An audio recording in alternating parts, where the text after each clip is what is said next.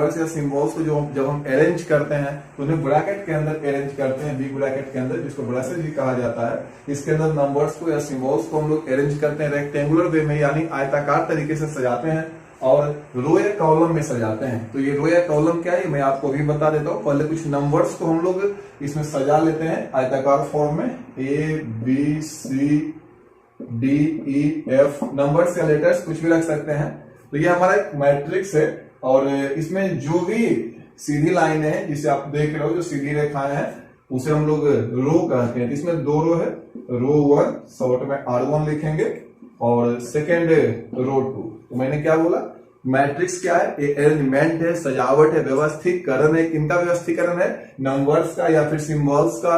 ये नंबर से सिंबल्स का सजावट हो सकता है, आयताकार सजावट है। एलोंग रो एंड कॉलम्स, रो में और कॉलम्स में सजाना है। तो रो क्या है, मैंने क्या बोला कि एक मैट्रिक्स में जो सीधी रेखाएं बनती है उसे हम लोग रो कहते हैं, और जो उदग रेखाएं होती है, वर्टिकल लाइंस जो होती है, उसे हम लोग कॉलम कहते हैं। तो इसमें दो रो हमें मिला था और कॉलम में 3 मिलने वाला है, एक ये कॉलम, एक ये कॉलम और एक ये कॉलम। तो यहाँ पे कॉलम को C1 C2 C3 इससे हम लोग डिनोट करते हैं। तो इस मैट्रिक्स में हमारे पास 2 रो है, 2 कॉलम है। अगर हम लिखना चाहें तो क्या लिखेंगे, मैट्रिक्स इज रेक्टेंगुलर अरेंजमेंट। ये एक रेक्टेंगुलर अरेंजमेंट है, इसका है नंबर्स का या फिर सिंबल्स का। नंबर्स रियल या कॉम्प्लेक्स कुछ भी हो सकता है, कोई भी नंबर हम लोग रख सकते हैं। तो नंबर्स या सिंबल्स का अरेंजमेंट है और रेक्टेंगुलर अरेंजमेंट है एलोंग रोज एंड कॉलम्स। रो भी हो सकता है उसमें और कॉलम भी हो सकता है। रो और कॉलम में हम लोग का जो आयताकार सजावट नंबर्स का बनता है उसे मैट्रिक्स कहा जाता है। मैंने क्या बोला कि जो सीधी लाइनें होती है, जो स्ट्रेट लाइंस होती है या फिर हॉरिजॉन्टल लाइंस कह सकते हो, जो हॉरिजॉन्टल लाइंस होती है उससे हम लोग रो कहते हैं, और वर्टिकल लाइंस जो हमें दिखाई दे रही है हम लोग कॉलम कहते हैं। तो चलो इसका डेफिनेशन लिख लेते हैं। ये रेक्टेंगुलर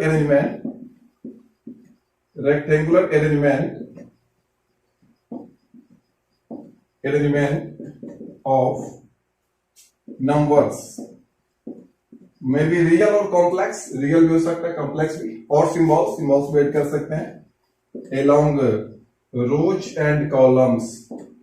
ये रोज में और कॉलम्स में सजा हुआ रहेगा, रोज एंड कॉलम्स बाउंडेड बाई ये बाउंड किया हुआ रहेगा बिग ब्रैकेट और स्मॉल ब्रैकेट।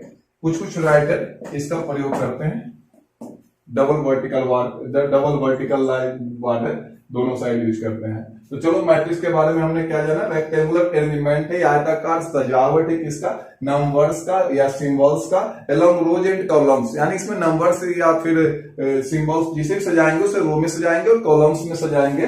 बाउंडेड बाय, वो बाउंड किया हुआ रहेगा बिग ब्रैकेट से, स्मॉल ब्रैकेट से, डबल वर्टिकल बार से बाउंड किया हुआ रहेगा। तो चलो बच्चों सबसे पहले इसको नोट कर लो, उसके बाद में आगे की बात करते हैं। तो स्टूडेंट्स हम लोग आगे देखते हैं। हमारे पास एक मैट्रिक्स है 1 2 3 4 5 6 7 8 9।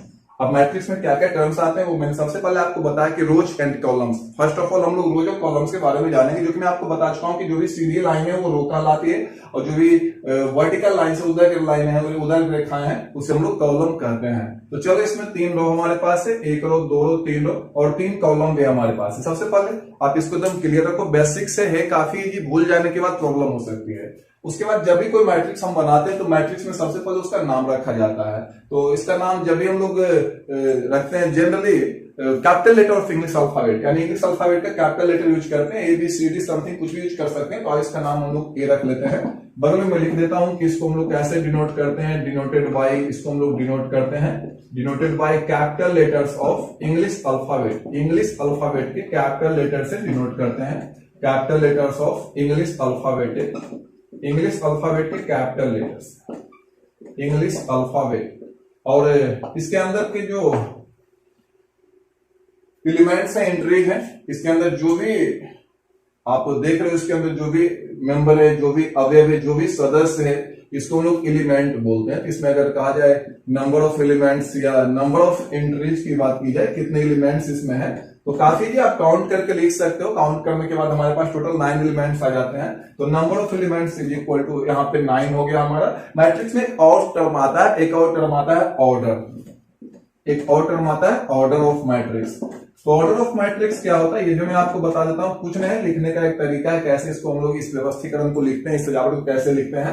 इसमें आप ऐसा करना, ये लिखा था नंबर ऑफ रोज यानी जितनी रोज की संख्या है cross number of columns, multiply नहीं करना, number of rose cross number of columns, number of रोज लिखेंगे और नंबर ऑफ कॉलम्स दोनों के बीच में क्रॉस का साइन डाल के लिख देते हैं, वो ऑर्डर कहलाता है। अब जैसे आपसे अगर एग्जाम में पूछा जाए कि इस मैट्रिक्स का ऑर्डर क्या है, इस मैट्रिक्स का ऑर्डर आप लिख सकते हैं वहां पे ऑर्डर ऑफ ए, यहाँ पे ए का जो ऑर्डर, उस ऑर्डर को मैं लिखने जा रहा हूँ, काफी इजी ऑर्डर लिखना है इसका। तो ए का ऑर्डर मैंने क्या कहा, नंबर ऑफ रोज, आप रो काउंट करो, रो यानी सीधी लाइन है, जो सीधी लाइन है उसको काउंट करो, तो काउंट करो सीधी लाइनों को, तो 1 2 और 3 हमारे पास है, तो number of rose cross number of columns vertical lines को काउंट करके लिखो, तो वर्टिकल लाइंस 3 है हमारे पास, 1 2 और 3, तो इसका जो ऑर्डर हो गया 3 क्रॉस 3, याद रखना मल्टीप्लाई नहीं करना, फिर हमसे आके मत बोलना कि मार्क्स कटेगा। तो चलो ये ऑर्डर निकालने के लिए हमने सीखा और एलिमेंट्स निकालने के लिए सीखा। एलिमेंट्स इसमें जो है टोटल 9 एलिमेंट्स है, और रो सीखा है हमने और कॉलम सीखा है। तो मैंने बताया मैट्रिक्स को हम लोग कैपिटल लेटर जो होता है इंग्लिश अल्फाबेट का ABCDEF तक आप किसी से डिनोट कर सकते हो। जनरली हम लोग स्टार्टिंग से यूज करते हैं। तो इस मैट्रिक्स का नाम हमने ए रखा है। इस मैट्रिक्स में क्या देख रहे हैं, 3 रोज है इसमें। इस मैट्रिक्स में 3 कॉलम्स भी हैं और इस मैट्रिक्स में हम लोग इसका ऑर्डर हम लोगों ने निकाला है। तो ऑर्डर कैसे निकालेंगे, प्लीज नोट, इसको दिमाग में नोट रखना, कॉपी भी नोट कर लेना बट दिमाग में नोट रखना। तो ऑर्डर निकालने के लिए नंबर ऑफ रोज की जो भी संख्या होगी उसे क्रॉस का साइन डालकर नंबर ऑफ कॉलम्स, यानी दोनों के बीच में क्रॉस का साइन रहेगा, बट प्लीज रिमेंबर ये मल्टीप्लाई नहीं होगा। और एलिमेंट्स की जो संख्या है अगर इसको मल्टीप्लाई करोगे तो एलिमेंट्स का नंबर मिल जाएगा, एलिमेंट्स की संख्या मिल जाएगी। एलिमेंट्स क्या है, एलिमेंट्स कुछ नहीं है, इसके अंदर जो भी अवयवी, जो भी सदस्य है, जो भी मेंबर है, आप कह सकते हो कि जो भी इंट्रीज है उसे एलिमेंट कहा जाता है। नोट करो इसको। तो दोस्तों यहां तक में हम लोगों ने नंबर ऑफ रोज निकालने के लिए सीखा, नंबर ऑफ कॉलम्स निकालने के लिए सीखा और नंबर ऑफ एंट्रीज निकालने के लिए सीखा, और हम लोगों ने सीखा ऑर्डर कैसे निकाला जाता है। Number of rose, number of columns दोनों के बीच में क्रॉस का साइन देकर लिख देते हैं, उसी को कहा जाता है ऑर्डर ऑफ मैट्रिक्स। अब यहां से आगे मैं एक एग्जांपल देता हूं, कुछ निष्कर्ष निकालेंगे, कंक्लूजन निकालेंगे, उसके बाद हम लोग यहां से आगे चलेंगे। जो कर दिया हमने उसी पे पहले कुछ निष्कर्ष निकालते हैं, कुछ और आगे की बातें करते हैं। तो चलो एक एग्जांपल दिखाता हूं मैं आप लोगों को। Let a is equal to A11 A12 A13 dot next A1n Mn।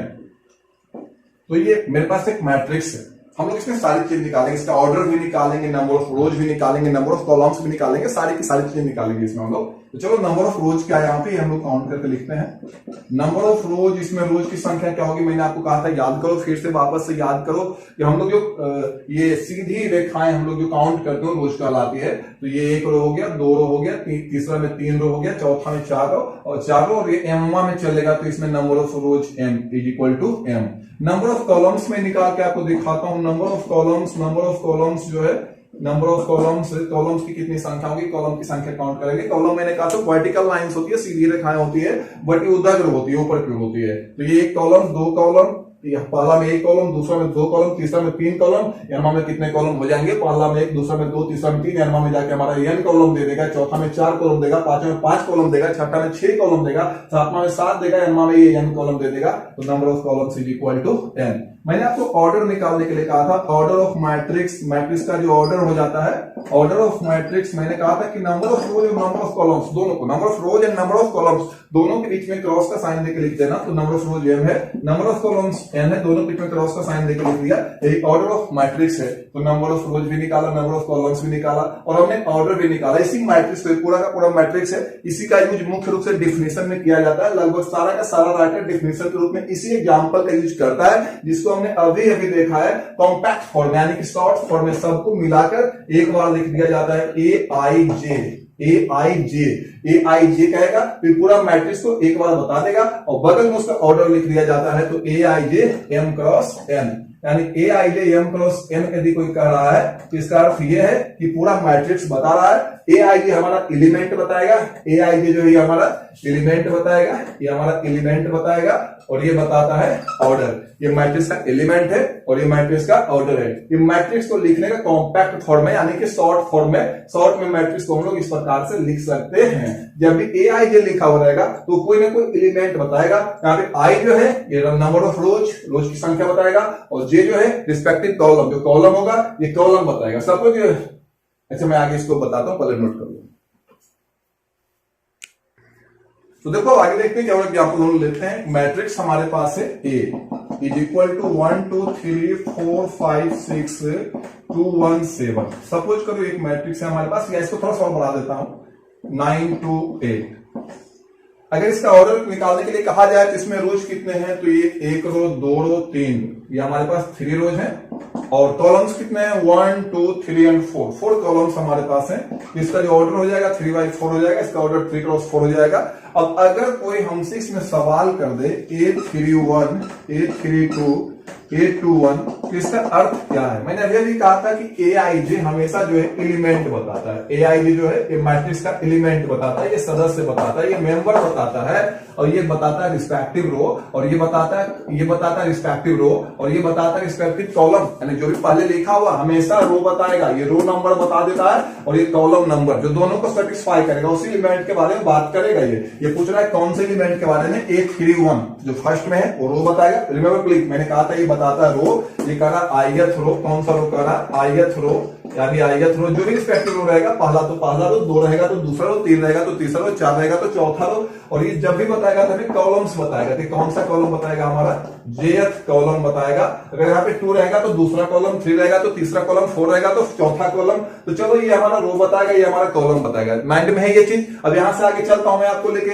831, तो ये बताएगा रो, तीसरा रो बताएगा, और ये बताएगा पहला कॉलम। यानी वो एलिमेंट खोजना है, वो सदस्य खोजना, वो मेंबर खोजना है जो हमारा तीसरा रो में है और पहला कॉलम में। तीसरा रो में है और पहला कॉलम में, तो पहले तीसरा रो को ढूंढ लेना, उसके बाद बात करूंगा। तो रो हम लोग इस प्रकार से चलते हैं। तो रो मिलती है पहला रो, दूसरा रो, तीसरा रो। तीसरा रो में मैं आ चुका हूं, तीसरा रो में मैं कदम रख चुका हूं। अब कहता है पहले कॉलम का सदस्य चाहिए, तो पहला कॉलम में कौन सा है, ये वाला सदस्य है। तीसरा रो का सदस्य चाहिए, लेकिन उससे जो पहले कॉलम है ये कौन सा एलिमेंट है हमारा 2। तो here 831 is equal to 2। Next 832, ये क्या कर रहा है, ये क्या कर रहा है, ये कह रहा है कि हमें वो एलिमेंट दे दो। जब भी AIJ लिखा हुआ रहेगा उस एलिमेंट का डिमांड करेगा, तो कह रहा है हमें वो एलिमेंट दे दो, हमें वो एलिमेंट दे दो, वो सदस्य दे दो, वो मेंबर दे दो जो तीसरा रो में है। कौन सा रो में है, तीसरा रो में, और दूसरा कॉलम है। कौन फिर से तीसरा रो में है, दूसरा कॉलम में है। तो तीसरा रो में आ जाओ, पहला रो, दूसरा रो, तीसरा रो, पहला रो, दूसरा रो, तीसरा रो। तीसरा रो में मैं आ चुका हूं, तीसरा रो में रुकना है हमें, दूसरा कॉलम का एलिमेंट चाहिए। तीसरा रो चाहिए, भूलना नहीं, दोनों चाहिए, तीसरा रो भी चाहिए,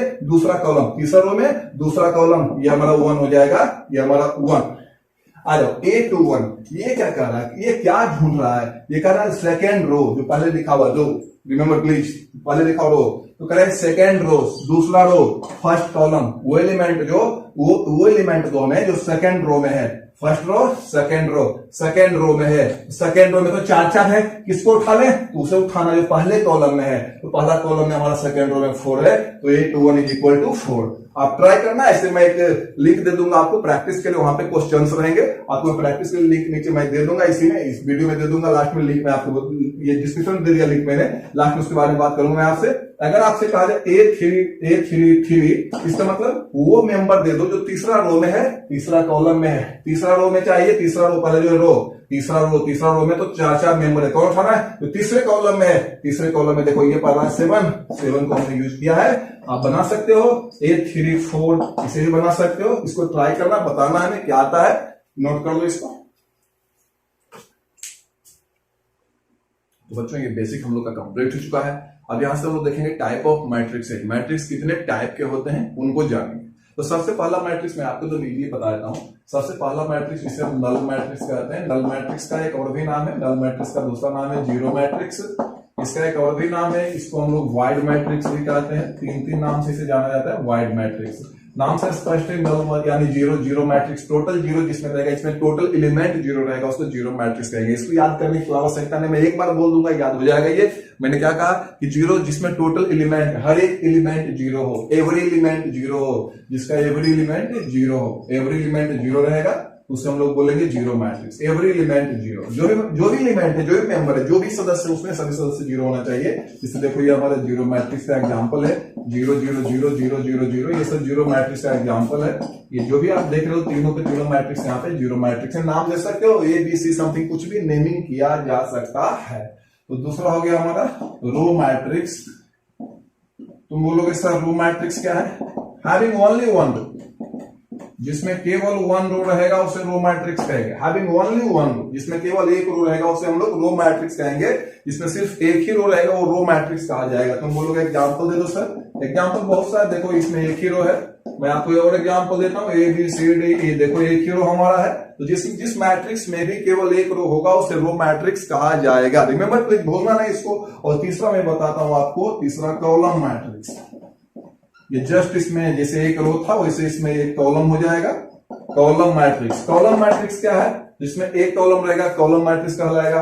having only one column, having only one column, only one column, जिसमें केवल एक ही कॉलम रहेगा उसे हम लोग कॉलम मैट्रिक्स कहेंगे।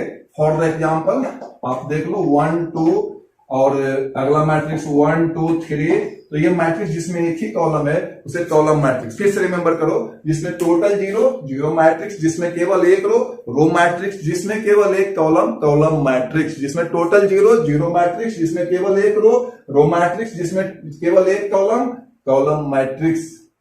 तो चलो इसको नोट कर लेते हैं। नहीं, नेक्स्ट हम लोग का जो है स्क्वायर मैट्रिक्स, काफी इंपॉर्टेंट मैट्रिक्स है स्क्वायर मैट्रिक्स। मैं बता देता हूं कैसा होता है। नाम से स्पष्ट, इसका में जितने रो होंगे उतने कॉलम्स होंगे। इससे क्या होगा, इसका लंबाई चौड़ाई दोनों सेम हो जाएगा। देखो मैं दिखाता हूं स्क्वायर मैट्रिक्स। स्क्वायर मैट्रिक्स की खासियत क्या होती है? स्क्वायर मैट्रिक्स जो होता है इसमें जितने रो होते हैं उतने कॉलम्स होते हैं। तो number of rows is equal to number of columns, जितने रोज हैं उतने कॉलम्स हैं। Number of rows is equal to number of columns. अगर किसी भी मैट्रिक्स में ऐसा है तो उस मैट्रिक्स को स्क्वायर मैट्रिक्स कहा जाता है। मैं आपको एग्जांपल देकर दिखा देता हूँ। एग्जांपल देखो कैसा है, 1 2 3 4। इसमें कितने रो हैं? 2 रो हैं, 2 कॉलम, दोनों बराबर है। जितने नंबर ऑफ रोज है उतने नंबर ऑफ कॉलम है। ये हमारा स्क्वायर मैट्रिक्स है। आप और एग्जांपल देखो 1 2 3 2 1 3 5 4 7। इसमें देख रहे हैं कितने रो है? 3 है। कॉलम भी कितने? 3 है। जितने रो हैं उतने कॉलम है। इस मैट्रिक्स को हम लोग स्क्वायर मैट्रिक्स कहेंगे। रिमेंबर प्लीज, जितने रो रहेंगे उतने कॉलम, यानी number of rows equal to number of columns. जितने रो उतने कॉलम है, तो हमारे मैट्रिक्स को स्क्वायर मैट्रिक्स कहा जाएगा। जो भी मैट्रिक्स है, इस number of rose number of column यदि किसी मैट्रिक्स में सेम है तो ऐसे मैट्रिक्स को स्क्वायर मैट्रिक्स कहा जाता है।